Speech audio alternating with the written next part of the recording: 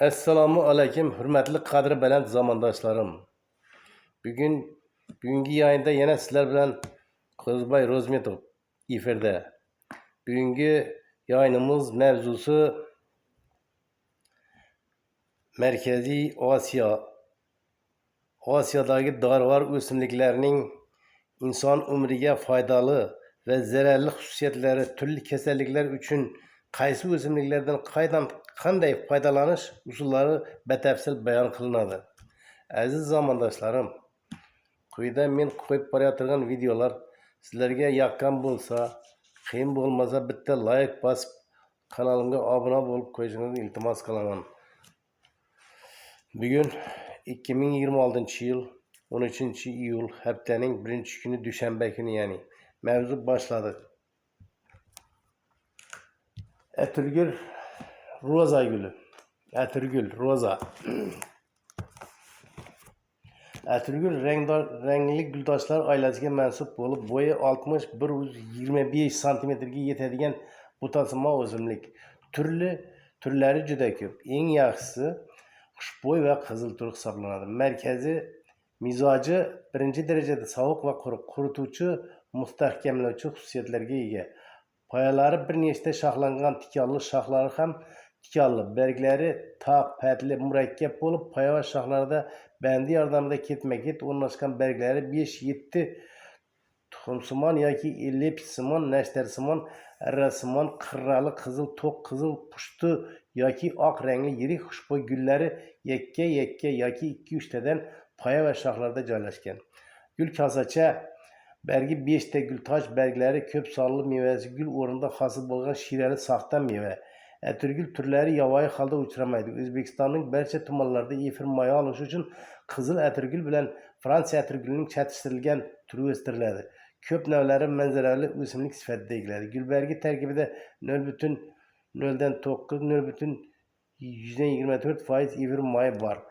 Efir moyi 50-60% geranol va 10%gacha nerol va boshqa terpenoidlardan tashkil topgan. Atirgulning yer yuzida 250-300 turi mavjud bo'lib, O'zbekistonda 19 tadan ortiq turi o'stiriladi. Xushmanzara o'simlik sifatida o'stiriladigan bu o'simlikning bir qancha turlari umumiy atirgul nomi bilan ataladi. Yovvoyi holda o'sadigan turlari esa ra'no, namatak, qirg'oyin kabi nomlar bilan yuritiladi. O'zbekistonda atirgul aprel oyidan boshlab noyabr oxirigacha ochilib turadi. Issiqxonalarda yil bo'yi ochilib turganini ko'rish mumkin. Tabobatda uning gulbargi va efir moylaridan foydalaniladi. Ushbu moy juda qimmatbaho bo'lib, 0,25 gram atirgul moyi olish uchun 1 millionga yaqin gul yaprog'i kerak bo'ladi.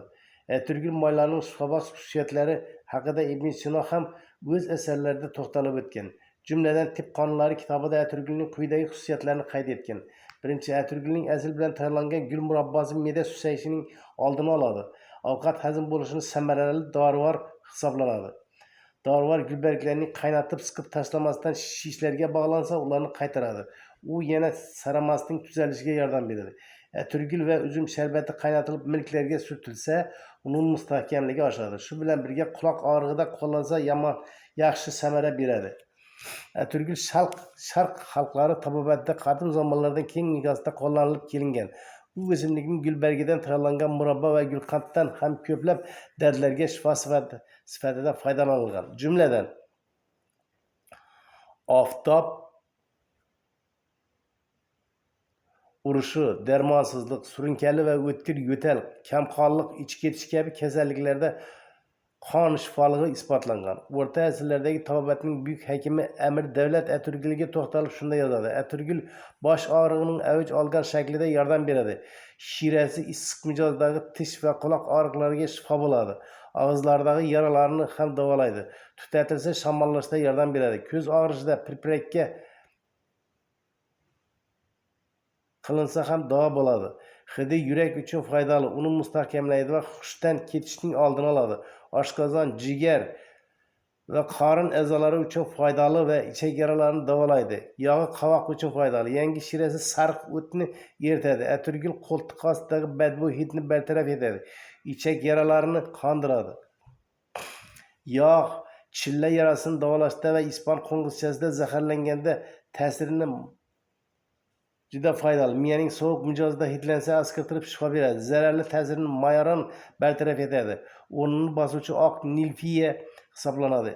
Ansoray aytadiki, yangi uzilgan va fors atirguli juda yaxshi. G'unchasining hidi ochilgan gulnikiga ko'ra kuchliroq bo'ladi. Eng yaxshisi qaramtir qizil 10 baravar kuchli bo'shashtiradi. Qovushish paytida atirgul gulbarglari bilan qoplangan to'shakka yotilsa, ma'nining pusht ajrashi to'xtaydi. Uning zararli ta'sirini yer bodomi bartaraf etadi. Ibn Sino deydiki, uning mizoji ham xuddi mirtning mizoji kabi issiqlik va sovuqlikning aralashmasidan tashkil topgan. Keyingi paytlarda zamonaviy tibbiyotda atirgul moyining shifobaxsh xususiyatlari keng ko'lamda o'rganildi. O'pka ilg'lanishi, shamollash bilan bog'liq yiringli xastaliklarda yaxshi samara berishi aniqlandi. Bundan tashqari ushshillik pardalarining tashqi ta'sirlaridan bronx mushaklarining spazmi, ya'ni bo'g'ilishdan ham saqlaydi. Olimlarning aniqlashicha, qizil va oq atirgullar ayrim jihatlari bilan bir-biridan ajralib turar ekan. Ularning farqli tomonlari quyidagilarda namoyon bo'ladi. Qizil atirgulning gulbargidan katexin, kvartsitin kabi moddalar mavjud bo'lib, ular ich ketishda, me'da ichak yo'llarining yallig'lanishi va shu kabi o'pka kasalliklarida qo'llaniladi. Uning moyidan tomoq og'rig'i va milklarni davolashda foydalaniladi. Milklarni davolashda qo'llaniladigan damlamani uy sharoitida ham qo'llash mumkin.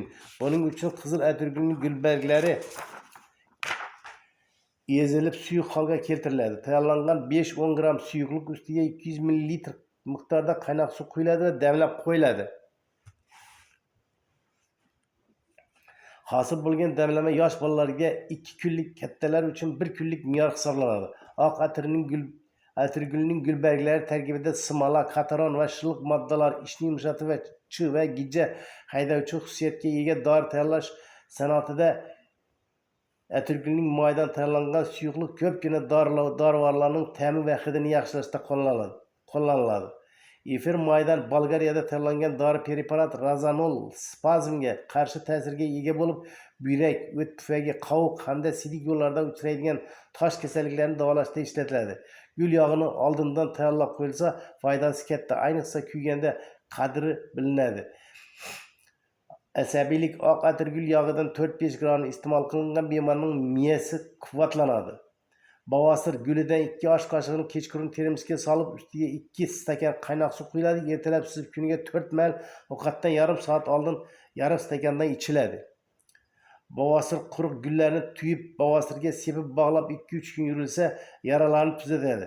Baldir yarasi gullardan olingan moy tropik yara, baldir yarasi, yotoq yaralari va kuyganni davolashda ishlatiladi. Bosh og'rig'i gulni ho'lligida peshonaga surtilsa, bosh og'rig'iga davo bo'ladi. Agar issiqdan bosh og'risa, salqinga o'tib gulxayri va oq atirgulni yanchib boshga surkash juda foydali.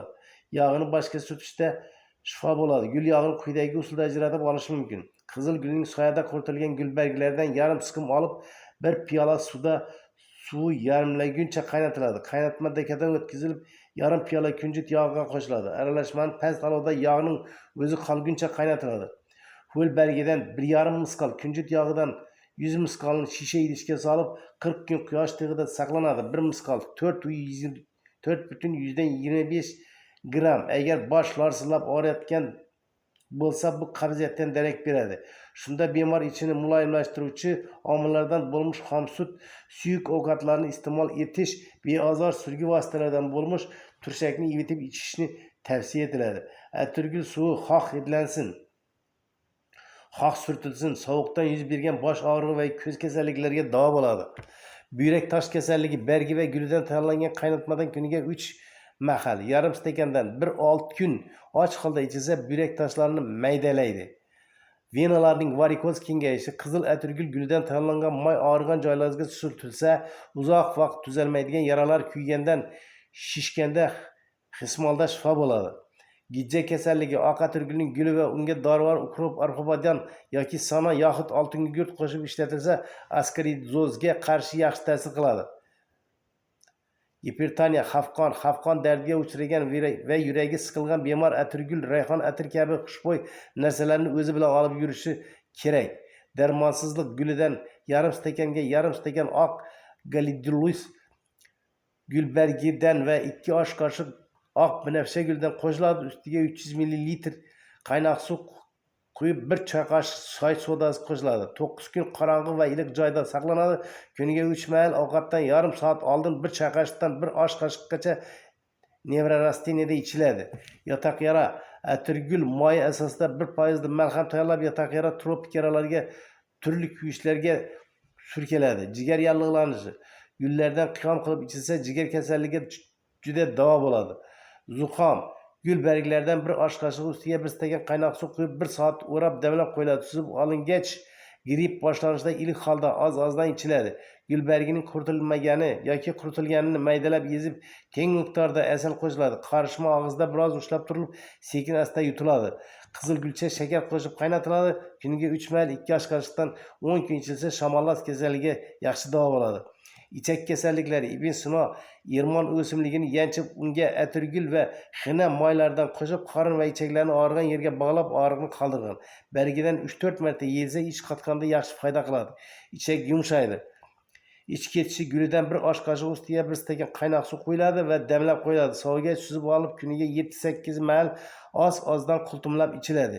Ich qotishi, qabziyat, qizil atirgulning yangi gulbargidan kuniga 30-40 gram olib 2-3 mahal ovqatdan yarım soat oldin yaxshilab chayilsa, qabziyatni kuchli yumshatuvchi surgi dori hisoblanadi. Ko'z va qovoq shishi, qizarishi qizil atirgul suv va uzum sirkasidan teng miqdorda aralashtirib, kuniga 3 mahal 10 kun ko'zga tomizsa, ko'zdagi sariqlik ketadi. Gulidan bir qoshiqi kechqurun termosga solib, ustiga 2 stakan qaynoq suv quyiladi va ertalab suzib olinadi. Demlemenin 3'ten 2 kısmı içiladi, qolgan bazırlama qilinadi. Qizil atirgul qaynatmasi kuniga 2 mahal 5 kun davomida ko'zga bog'lansa, qovoqning shishiga foyda qiladi. Semizot bergini tuxum oqi va qizil atirgul moyiga qo'shib ko'zga qo'yish kerak. U shishlar qizarishini tezda bartaraf qiladi. Ko'z yoshlanishi bir qovuch qizil atirgul guli ustiga 300 ml qaynoq suv quyib 1 soat damlab qo'yiladi. Suzib olingach, shu damlama bilan ko'z yuviladi.